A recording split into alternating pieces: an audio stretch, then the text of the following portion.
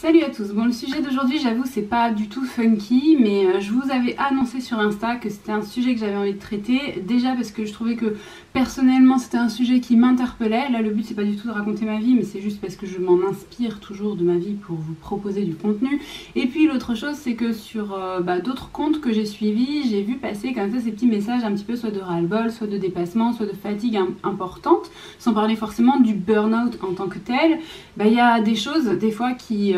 tendent vers ça, et du coup j'avais envie d'en parler parce que je pense que c'est quelque chose par lequel beaucoup de parents passent, alors sans vraiment être dans un vrai burn-out. Il y a des moments plus difficiles, et en fait aujourd'hui j'avais envie de vous dire quels étaient les signes réels d'un burn-out et quels étaient les signes un petit peu auxquels déjà on pouvait s'attacher dès le départ pour se dire oh,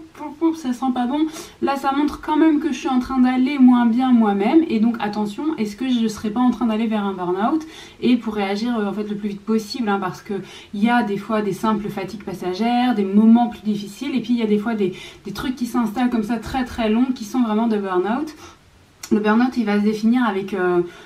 trois symptômes principaux. Si on a 2 sur 3, on peut se sentir concerné, mais avant de vous détailler ces 3 symptômes, je voulais déjà vous dire que si vous avez du mal à évaluer vous-même votre situation,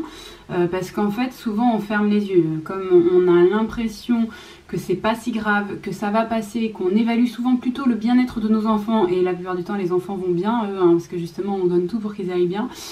qu'on évalue aussi le fonctionnement de la maison, si globalement ça tourne, on se dit bof c'est pas si mal, globalement ça tourne, c'est juste moi qui suis un peu fatiguée, mais on n'évalue pas trop son propre bien-être. Donc je vous encourage à aller sur un site qui s'appelle burnoutparental.com, et en fait vous avez un questionnaire de 23 questions sur ce site qui vous permettra de savoir vraiment objectivement où en est votre situation de bien-être par rapport à votre vie parentale. Et j'insiste sur ça parce que là le but c'est vraiment d'identifier ce qui pose problème dans la vie parentale et pas ce qui pose problème dans la vie tout court. Parfois on se sent mal parce que on a de la dépression plus ou moins vrai, voilà, parfois c'est juste de la déprime, parfois c'est de la dépression, mais enfin en tout cas on a un symptôme dépressif qui est présent, mais pas forcément juste avec ses enfants. On peut très bien se sentir mal dans un secteur professionnel ou avec ses amis,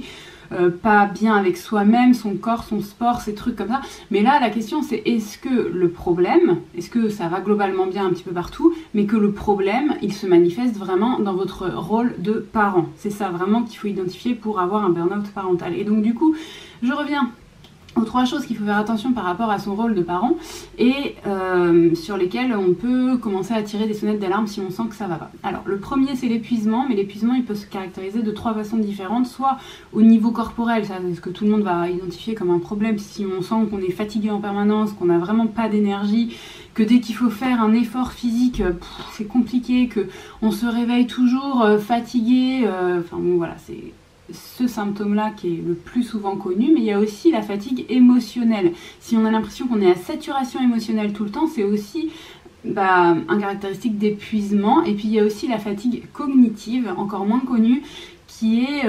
quand on va commencer à multiplier les pertes de mémoire, quand on va avoir du mal, quand quelqu'un nous parle, à maintenir son attention, ou quand on nous pose une question, à réfléchir pour donner la réponse, qu'on est vachement ralenti ou qu'on a du mal à faire sa tâche, voilà, même parfois professionnelle. C'est pour ça que je disais c'est à dissocier, mais au final quand on va mal dans un domaine de sa vie, ça a tendance à impacter. Donc là au niveau cognitif on peut le sentir aussi dans d'autres domaines, mais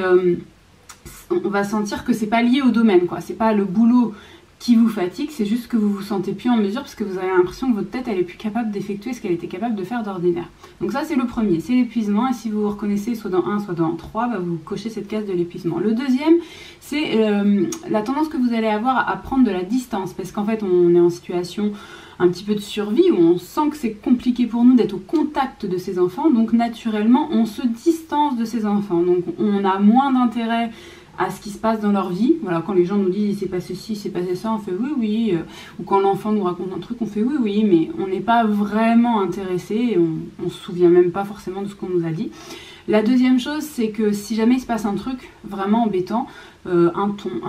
de vos enfants tombe, l'autre s'est chamaillé et est très triste et pleure énormément, enfin voilà, il leur arrive des choses, des mésaventures, voilà, comme dans la vie d'un enfant normal, mais où d'ordinaire vous seriez dit mince, je suis quand même embêtée pour lui, et là en fait vous allez assez facilement vous dire que c'est pas si grave quoi, que ça va, il va passer à travers ça. Enfin, vous n'allez pas avoir une empathie énorme envers eux, quoi. Vous allez avoir assez facilement une espèce de résignation, vous dire que c'est comme ça, quoi. Et puis la troisième chose, c'est que vous allez avoir vachement moins d'investissement dans leurs activités, hein. Vous allez moins leur proposer de choses, moins jouer avec eux, moins lire d'histoires, moins apprécier d'être à table avec eux, même des choses comme ça, ou le bain, ou la douche, voilà, tous ces trucs-là, vous allez les faire au plus vite ou pas du tout. Fais ta douche plutôt tout seul, maintenant t'es grand, habille-toi plutôt tout seul, j'ai pas trop envie de t'aider,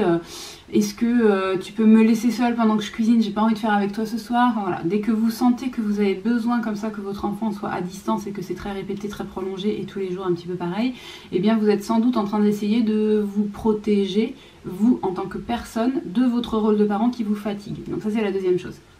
Et puis la troisième, la dernière, c'est que même quand vous essayez de faire, ça marche vachement moins bien qu'avant. C'est-à-dire que vous avez beaucoup moins d'efficacité et vous vous en rendez compte, vous essayez de faire et puis vous voyez bien que vous n'êtes pas vous, quoi, ça marche pas. Soit en termes techniques, on dirait que vous savez plus faire, soit en termes de psychologie avec votre enfant, vous agissez pas du tout de la façon dont vous aviez l'habitude d'agir avant. Donc par exemple, vous allez lui parler d'une façon qui vous correspond pas, vos réponses vont pas être adaptées. Vous allez parler à un enfant de 3 ans comme vous parleriez à un enfant de 18. Ou alors vous allez délaisser vraiment des tâches comme par exemple le repas que vous allez préparer à vos enfants. Vous allez le faire parce que vous n'avez pas le choix, mais vous allez faire un truc vraiment basique, quoi. Vous allez faire l'assiette de pâtes alors que vous aviez l'habitude d'ordinaire d'être une maman qui cuisine. Ou alors vous allez dire qu'on peut remettre 3 jours de suite les mêmes fringues parce que c'est pas grave, une petite tâche, alors que d'habitude vous étiez quelqu'un d'ordonné. Je suis pas en train de dire qu'il faut absolument faire de la cuisine bio tous les jours et avoir des enfants nickel. Je suis juste en train de dire que si vous sentez que vous êtes en train de vous éloigner de la façon dont vous procédiez avant et que le résultat ne correspond pas du tout à ce que vous aviez avant, c'est peut-être parce que même quand vous essayez, en fait, vous n'avez pas l'énergie pour faire les choses de la façon qui vous correspond à vous. Et donc du coup, si c'est pas vous, c'est parce que vous n'avez plus la force de mettre de vous dans cette tâche-là. Et puis le plus important de tout ça, c'est que toujours en termes d'efficacité, c'est qu'en plus normalement, on fait un truc et puis on est assez content de soi. On se dit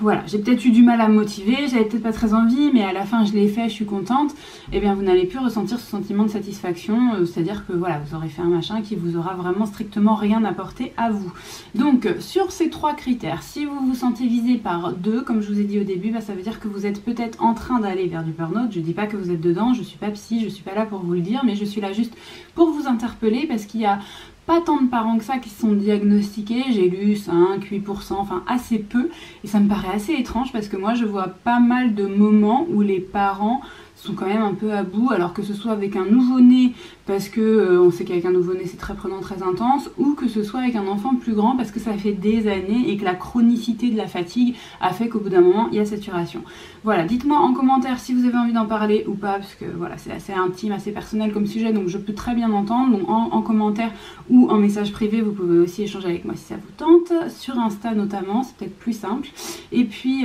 n'oubliez pas de mettre un pouce si vous avez liké la vidéo, aimé la vidéo, et moi je vous retrouve très très vite dans une prochaine vidéo.